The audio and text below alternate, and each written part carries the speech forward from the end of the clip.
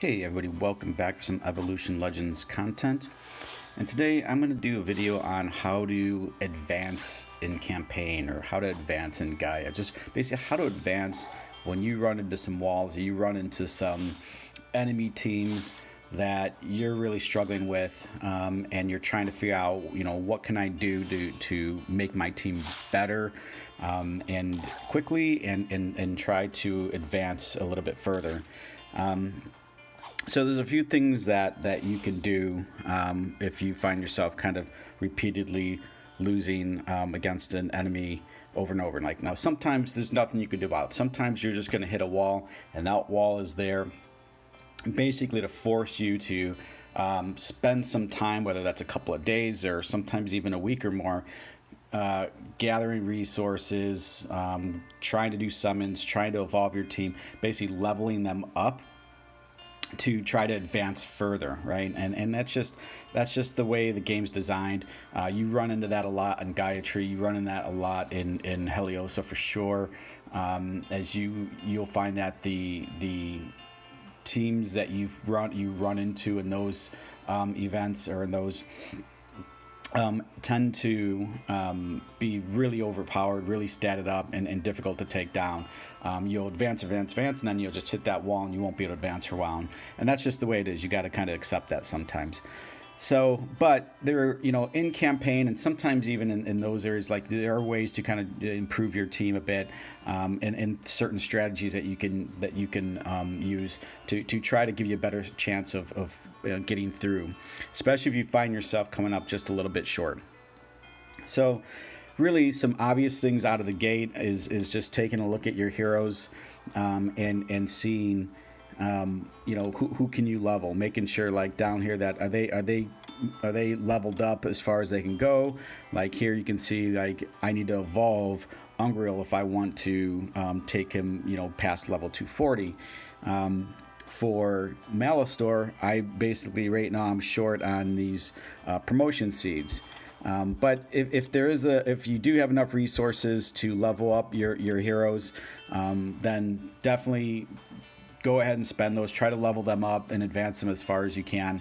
I don't think there's any real good reason to really hang on to resources in this game, because they give you ways to get those back, and you don't lose them once you have them. You know what I mean? So if you spend all your promotion seeds on leveling Fangrum here, and I decided at some point, hey, I don't really want to use Fangrum anymore, I could basically hit this reset, and for 50 gems, I can get all those resources back, all right, and then use them on a different hero if I wanted to.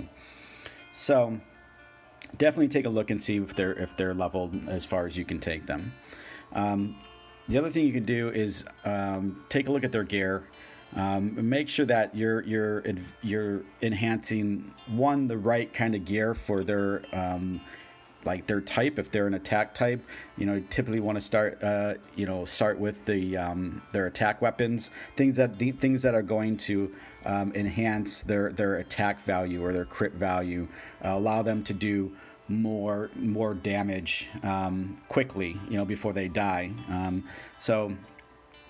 If you find, hey, they're not quite doing as much damage as you think they should be, try to check out some of this gear. Make sure again, take a look at the things like, when I hit an enhance here, you can see that this is going to increase my HP. Now, I might not have an HP issue necessarily, and I don't want to enhance that gear, but I may want to enhance this gear as much as I can, because enhancing this gear is going to basically take this to level 2, and then I get an extra, some extra attack points there, and basically now it's a +2, and he's going to do more damage when he attacks. Now, you could also find, yourself in a case where, like, hey, this hero's a bit squishy, so you do want to advance some of these pieces of gear that do give HP as well, to give them a little bit more durability. But there are other tactics you could use to give your heroes more durability, and I'll cover that in just a minute here when we talk about artifacts. But yeah, as you get into some of these other heroes that, depending on their role, like if they're tank, like if we take a look at Flibbles here, he's a tank. I should be putting, I think one of the first things I enhanced on him was like this to get the extra HP. Take it to level 5 is if you can. You want to advance these to level 5 because then you get that extra stat bonus. So on this piece of gear, the base stat lines are HP, block, and armor, and then that once I got it to level 5, I got an extra stat line for reduced damage of 2.6%, which for a tank is phenomenal, right? That's great. You definitely want that. It's a great extra stat line to have on your tank. Just makes him tankier. So the next piece of gear I'll probably look at for enhancing for him is going to be something like here, like these Resolute boots, because that's going to just allow me to again get more HP when I go to enhance, and I'm gonna get more HP, and that's gonna obviously improve my durability. So those are the things you kind of want to look at when you're enhancing gear for your heroes. Should help you survive a little bit longer in the match or do a little bit more damage in the match. So to try to do that stuff first, because those are things that you can do that are really easy for you to do right away if you have like the extra gear sitting in your bag. And obviously, you're going to be getting your gear from this, your idle farming here. If I click on that, getting your gear from here, or getting your gear from running Helioso, right? So, oops, didn't mean to jump in there. But yeah, so from running your gear in here, you're going to be He died for some reason. Oh, I must have just backed up before that did from the last time I ran it. Anyways. Yeah, so that's the first thing, and then another thing you can do is take a look at the artifacts that you have equipped on your tanks. You're probably going to be want to run this Kingdom's Protection. You want to get these artifacts leveled as much as you can. There's a few standout ones like Kingdom's Protection for your tanks. You definitely want to run that. It's going to reduce the amount of overall damage that they take. You could see here in the level 3 stat line for this, damage taken will not exceed 30% of own max HP. This becomes really important later as you get to tougher and tougher enemies. You're going to get Vebulons and Fangrams and things like that can just basically one-shot your heroes. But if you equip this, it's going to ensure that they don't one-shot you. And then when you get this level 6, it applies to the ally behind you as well. So you probably want at least a couple of these maxed out. I'm working on a few right now. I got this one at level 4. Let's see. I think I had another one here somewhere. Yeah. Here. I got my Kronos has one at level 4 as well. So trying to get those maxed out. Another thing that I'll run is Aegis, Legion's Aegis. It's not the greatest artifact in the game, but sometimes you find out like where you start the match and the other team gets to go, like is going first and attacking you and doing a lot of damage right away. This Legion's Aegis at least gives your heroes a shield and reduces the amount of damage they're going to take on that first round of hits from the enemy. So just gives you a little bit more durability. It's not the best one. I'm thinking about switching this out. I don't know. We'll see. I've been playing around with it a little bit. Okay, so thinking about like what kind of artifacts that you're going to be running on your heroes. The other thing is just be aware of like who's your damage dealers. If you've got like if I'm running, so in this case, I think I've got Fangram in my lineup. I'm running Fangram. The artifact I got on him is Covenant of War. He's a little squishy, but as he loses HP, he basically, with this artifact, as he loses HP, his damage is going to go up. And then once I get to level 6, once he gets below 30%, he gets a 30% leech, which is great. So I'm pretty close. Actually, I think I could level this right now. I need to basically smelt to my epic. two of my legendary artifacts, and then I have enough to take this level 6, which I'm going to do. And that's great. Like that might be enough. Like that 30% leech might be enough to give him another attack round, which would be amazing. And so like those are the things you got to think about. who do you want, what artifacts go on which hero definitely matters, and it depends on what you're wanting to do with them. Right now I'm looking for a little extra CC from my heroes, so I have the Arctic Heart level 6 on Galio. Maybe not the best choice, but he does some AoE. I might switch it. Actually, I should probably switch this out. If I let me take this off and then put in this Demon Eye. With that, this gives 7% crit damage after each crit strike, and since Galio does a lot of AoEs, there's a good chance he's going to be getting some crits. So I'll put that on him, and then I think I will remove this from Vebulon, and I will give Vebulon the Arctic Heart. Okay, so as Vebulon basically starts doing AoE damage, there's a chance that he's going to freeze heroes or enemy heroes with his attacks. So those are the things I start to think about, like, what do I need more of during a match? Like, when I watch that first battle happen, what does my lineup look like? What are the artifacts I have equipped? Are they doing the right things for me? If I need more CC, I might equip a few more Arctic Hearts, or if I just need more damage output, I could equip different artifacts that are going to boost damage output. So I think those are the things that, because you got to just read what the artifacts do. Think about what the intent of your hero is. Your hero's in that lineup to do damage. You should be trying to buff their damage. Your AoE heroes, if you need that extra CC, throw this Arctic Heart on there and let them try to get you some extra crowd control.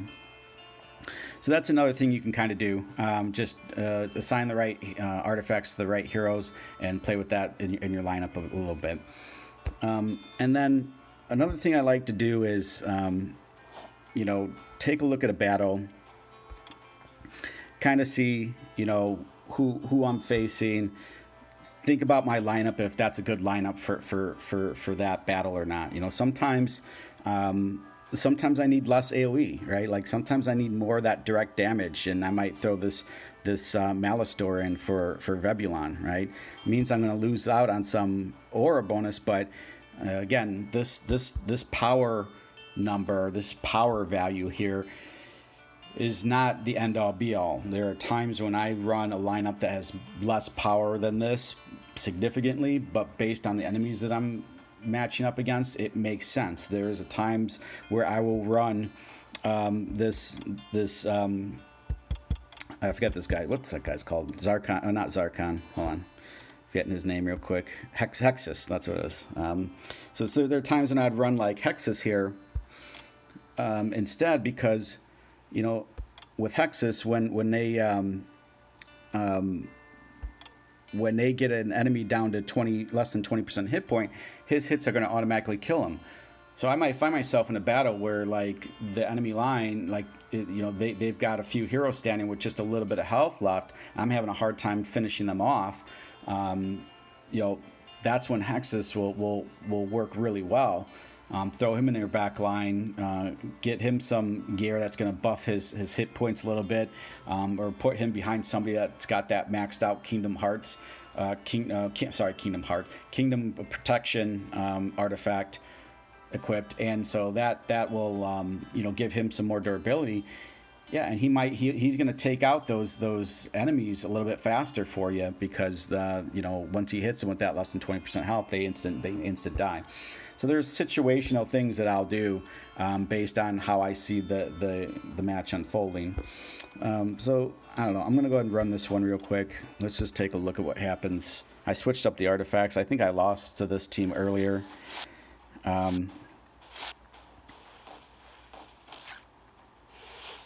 I think this Quelrock guy here is he's pretty tough. Like, he's just got he's super tanky, and then his fire damage really starts to add up against my team. When you hit him with that shield, you get these fire stacks. You can see that Galio has one, Arian has one, Kronos has one, Fleb has two. So at the end of each round, they're going to be taking damage from this guy. Yeah, and then then he's going to do that, and then he's going to heal himself up. So, um, definitely kind of taking a beating on this one. Hopefully, we'll see what happens here. Yeah, I don't think I'm going to be able to take him down. Maybe he's we'll see if Fangrum can survive and hit him pretty hard. There we go. Yep. Nope. Okay. So watching that match unfold, the first thing I think about is like who's the biggest threat that I have to face in this matchup, and is my team is this the right team to face him, and two, is my formation correct in terms of like, am I doing the most damage I can be to that threat out of the gate? So I would say no. So like what I would want to do is move my Fangrum, since he's kind of my burst damage, and move him up front here, like to the right here, basically in the same lane as that Kroll-Rock. And then I think I want to move Flebos over here, and he's just a little bit tankier than Kronos. So I think he's going to take a little bit less damage over time. I could be wrong about that. We'll see. But these two give me a chance, like Kronos and Flebos being up there at the front and side by side, giving me a chance to do a lot of CC there. And then probably makes sense, since I've got the Arctic Heart on Vebulon, to maybe put him in the center. And so if he goes into his lightning form and starts nailing like multiple enemies, he has a chance to CC them as well. Now I could swap these around, but I don't know. I kind of like Arian up front, because when Arian takes some damage, she's gonna do her ult sooner. She's gonna do more ults, and she has a little bit of durability, and being able to do those ults gives my team gives me the chance to have extra attacks with my heroes when she does her ult and casts those little elves, those little fairies that fly around them. So let's just try this lineup and just see if anything like kind of changes. Maybe I'll get a little bit closer to beating them.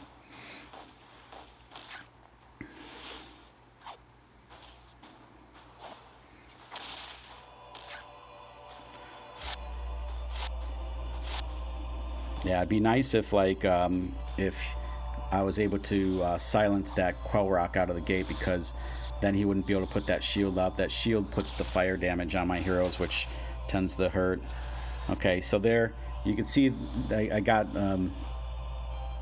why is Flebulon turned around backward? That is crazy. Anyways, you can see I've got a few. That's so weird. That's funny. All right, that's a bummer, man. If I could have frozen him there or something, then I would have been able to get that Fangrum to attack him. But here I've got the CC, so it looks like I'm going to be able to take him down, hopefully. Very close here. Yeah, should be able to take him down here with this swing. There we go. And hopefully that's enough. That was enough there to get me through this.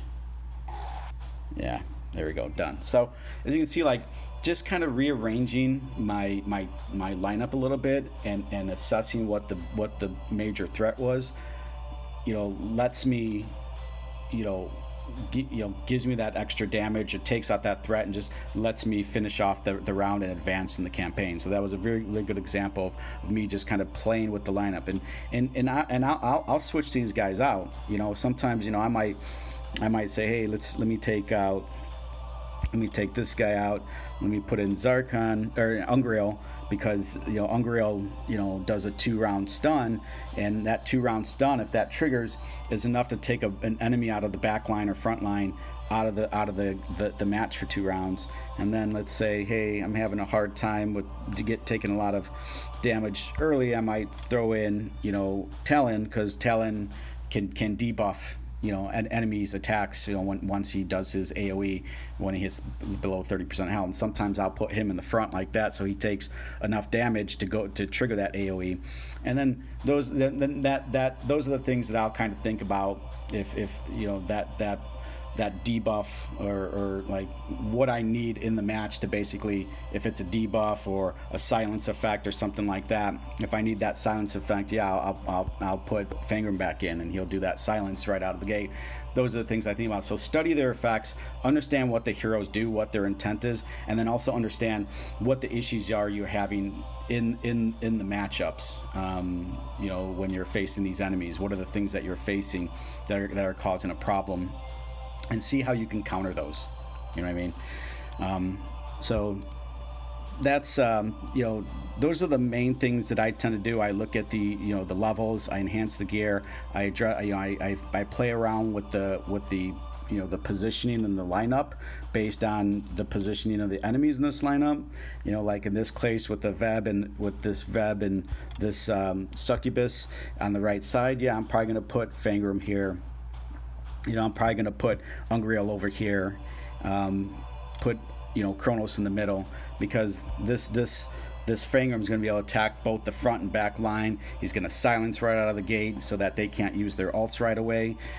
Kronos is going to get a little extra time to basically be able to get his ultimates off and start putting those chains around, and just things like that, and those are the things that are just going to tip the scales in your favor for winning the match. And then the last thing I wanted to quickly cover is looking at these heroes on the left that are in green versus the ones that are in the right. If you haven't spent a lot of time in the library, basically what you should be doing. Whoops, wrong one. What you should be doing is trying to buy up these slots here and get your heroes into this discipline column. What you want to do is you only want to be leveling. These are my top, these guys here. You see, this is the top 6 heroes that I have leveled so far. And so I want the heroes with my highest evolved heroes, my highest ranked heroes, like in terms of like, I got a 2-star mythic there. My lowest is a 2-star legendary here. So, I basically, what this will do is, your disciple level here on the left column is it says right here, is determined by your lowest sage level. So my lowest sage level is this 200 Vebulon. So if I was to level up this Vebulon, if I had enough resources to do it, I would show you. But if I leveled this up to 201, all these discipline heroes here would all move to 201. If I got Phlebos and Vebulon up to 220, all these heroes would be 220. So basically, what it allows you to do, kind of what I've been doing is swapping out heroes based on situations where you think a hero might be a better fit for that situation. Like if you're doing a boss fight, in my opinion, Medusa's like the best hero to have in the game in a boss fight. If she lives long enough and she's hitting that boss with her stacking those poison stacks on the boss, she's just going to melt the boss down. So she's just one of the best for fighting bosses, because it's always that one boss in the back line, that single target in the back line that guarantees that all her shots are going to hit and land on that one. So basically just don't level 10, 15 heroes at the same time. Basically just level your top 6. They'll show up here in this Book of Wisdom, and then start taking your other heroes and dropping them in this Disciples column, and then you'll basically, they'll all match this lowest level here, and it allows you to be able to tinker with your lineups a little bit and then swap heroes in and out. So I think that this was a great add to the game. It just allows us to do that without having to reset heroes and spend gems on resetting heroes and leveling up heroes again, which is something I was doing for a while until they added this. I was resetting heroes so that I can try different ones and put them in, but with the library I don't have to reset them anymore. So hope that makes sense. The only other thing I think maybe I'll mention real quick is I mentioned it in my video, my team building video, is just the tech tree. Make sure you're investing in the tech tree here. Your general tab is going to buff anything you invest in this general tab here. All these investments I made here apply to your entire team. You know, the attack ones apply just to attack heroes, defense to defense heroes, and support to support heroes. So definitely want to you know, invest in those as well. So you know, that's going to help your team's overall stat lines and buff them and give them some more durability. So that's another thing you can kind of see if you want to, you know, if you have some coin to spend, some guild coins, you go and throw them in your tech tree and then see if that helps you, you know, advance as well. Anyways, that's my video for tonight, guys. Those are my tips. I hope they help. I hope they make sense. If they don't, let me know. Ask me questions. I'll be happy to respond and answer your questions in the comments down below. Also, we do have a Reddit board, a Reddit community going that's been slowly growing. Link to that is in the description below as well. So feel free to join our Reddit community. Post your questions there. You get answers not only from me, but from other players as well. Some who probably have a lot more experience than I do as well. So again, hope you enjoyed the video. Hope you found it helpful. You know, help me out. Throw me a like, sub. Really helps me get some exposure on YouTube, which will just overall improve the channel as well. That's all I've got for tonight, guys. Thanks for watching the video. We'll see you next time. Have a great night.